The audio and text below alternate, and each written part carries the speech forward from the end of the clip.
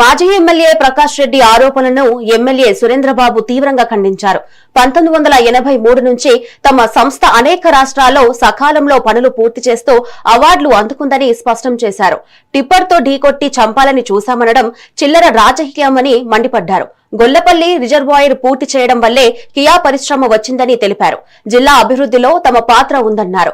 ఇక దేనికైనా తాము ప్రత్యక్ష చర్చకు సిద్ధమని సురేంద్రబాబు సవాల్ విసిరారు. రెడ్డి ఏదైతే మాట్లాడాడో నన్ను సునీతమ్మక్క గురించి హత్యా రాజకీయాల గురించి మాట్లాడో దాని గురించి చెప్పాల్సిన అవసరం ఉంది కాబట్టి ఈరోజు ఈ సమావేశం ఏర్పాటు చేయడం జరిగింది. మొదటిగా రెండు విషయాలు చెప్పాలి.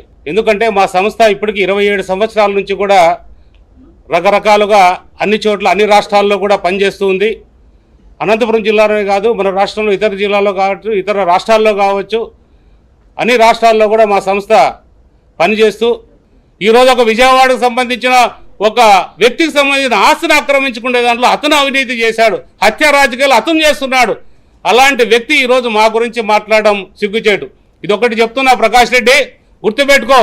నీ వాళ్ళు కూడా కొంతమంది మంచి వాళ్ళు ఉన్నారు, వాళ్ళ సహకారంతో కొన్ని మంచి పనులు కూడా చేశాం చాలా సందర్భాల్లో. అంటే మా వృత్తిని చేసుకుంటూ వెళ్ళాం. ఇంకా కూడా నీకు చాలా మందిని వెనక ప్రోత్సహించే వాళ్ళంటే వాళ్ళందరికీ ఒకటే వార్నింగ్ ఇస్తున్నా. మీరు అనుకుంటున్నారు సురేంద్రబాబు సౌమ్యుడు కాదు.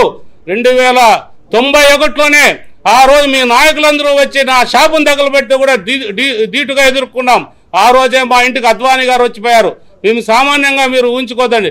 కానీ మన ప్రజాస్వామ్యంలో ఉన్నాం కాబట్టి ప్రజాస్వామ్యబద్ధంగా వెళ్ళాలి కాబట్టి మేము అన్నీ కూడా మా వృత్తిని నమ్ముకుంటూ ముందుకెళ్తున్నాం తప్ప ఎక్కడ అన్యాయం చేయాలనే ఉద్దేశం లేదు.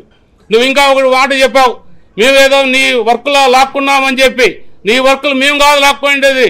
2002లోనో 2009లోనో 2002లో ఆ రోజు నీకు పనులు అప్పచెప్తే ఈ కరూరు జిల్లాకు సంబంధించి ఎవరో సంస్థ సద్భావ సంస్థను తీసుకొచ్చి ఆ రోజు వాళ్ళ పేరు మీద మీరు వేసుకున్నారు ప్యాకేజీలు. అంటే 2-3 ప్యాకేజీలు 4-5 ప్యాకేజీలు మీరు వేసుకున్నారు.